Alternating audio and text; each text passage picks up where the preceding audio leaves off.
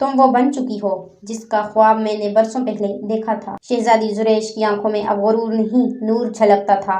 محل کے خدام جو اس سے پہلے خوف زدہ رہتے تھے اب اس سے دل لگا بیٹھے تھے۔ عوام کے دلوں میں اس کی عاجزی، خلوص اور بدلتے ہوئے انداز نے محبت کی ایک شمع روشن کر دی تھی۔ بادشاہ فہیم الدین نے دربار میں ایک عام اعلان کیا، اب میری بیٹی صرف شہزادی نہیں بلکہ ریاست کی امید ہے۔ اس نے اپنے نفس کو شکست دی اور حقیقت بادشاہی کا سبق سیکھا۔ دربار میں سناٹا تھا اور پھر تالیاں بجنے لگیں۔ زریش نے محل میں تعلیم، خدمت اور عدل کا ایک نیا نظام رائج کیا۔ اس نے دربار میں پہلی بار عام عورتوں اور غریبوں کو آواز دی۔ وہ خود بازاروں میں جا کر رعایا کا حال پوچھتی، بیمار بچوں کے لیے دواخانہ بنوایا اور یتیموں کے لیے خاص پناہ گاہ۔ ایک دن وہ اس بزرگ کو یاد کرنے لگی جنہوں نے اس کا روحانی در کھولا تھا۔ وہ دوبارہ اسی پہاڑ وادی میں گئی مگر جھونپڑی خالی تھی، صرف ایک پرانا پتھر تھا جس پر لکھا تھا، جب شاگرد سچائی پا لے تو استاد خود مٹ جاتا ہے۔ زریش مسکرا دی اور آسمان کی طرف نگاہ کی جیسے دل سے شکر گزار ہو۔ چند مہینے بعد سلطنت پر ایک دشمن ریاست نے حملہ کر دیا۔ بادشاہ فہیم الدین سخت بیمار ہو چکے تھے اور فیصلہ کن گھڑی آ پہنچی۔ سب نگاہیں زریش کی طرف تھی۔ شہزادی نے خالص تدبر، ایمان اور رحم سے جنگ سے پہلے دشمن کے بادشاہ کو صلح کی دعوت دی۔ اس نے اسے اپنی کمزور رعایا دکھائی، وہ خواتین جو جنگ میں بیوائیں ہو جاتی، وہ بچے جو یتیم ہو جاتے۔ دشمن بادشاہ زریش کی دانائی اور عاجزی سے اتنا متاثر ہوا کہ اس نے ہتھیار ڈال دیے۔ یہ پہلی جنگ تھی جو بغیر خون بہائے جیتی گئی۔ بادشاہ فہیم الدین نے اپنی زندگی کی آخری سانسوں میں بیٹی کا ہاتھ پکڑ کر کہا، تم صرف میری بیٹی نہیں، ایک پوری نسل کی امید ہو۔ میں مطمئن ہوں کہ سلطنت نورستان اب حقیقی نور کی وارث بن چکی ہے۔ زریش نے آنسوؤں کے ساتھ باپ کی آنکھیں بند کیں۔ وہ اب صرف ایک شہزادی نہ رہی، وہ تھی ایک رہنما، ایک ماں جیسی حکمران، ایک عاجز مگر باوقار بادشاہ۔ کہتے ہیں کہ آج بھی نورستان کے بچے اس چراغ کا قصہ سنتے ہیں جو ایک نادان شہزادی کے ہاتھ آیا اور اس کی روح کو روشن کر گیا، اور وہ صندوق وہ آج بھی شاہی محل کے خاص کمرے میں رکھا ہے، بند، خاموش مگر زندہ، کیونکہ ہر دل کو ایک دن اس آئینے سے جھانکنا ہوتا ہے اور اپنے اصل چہرے سے ملاقات کرنی ہوتی ہے۔ جو خود کو جان لے وہی سچا حکمران بنتا ہے۔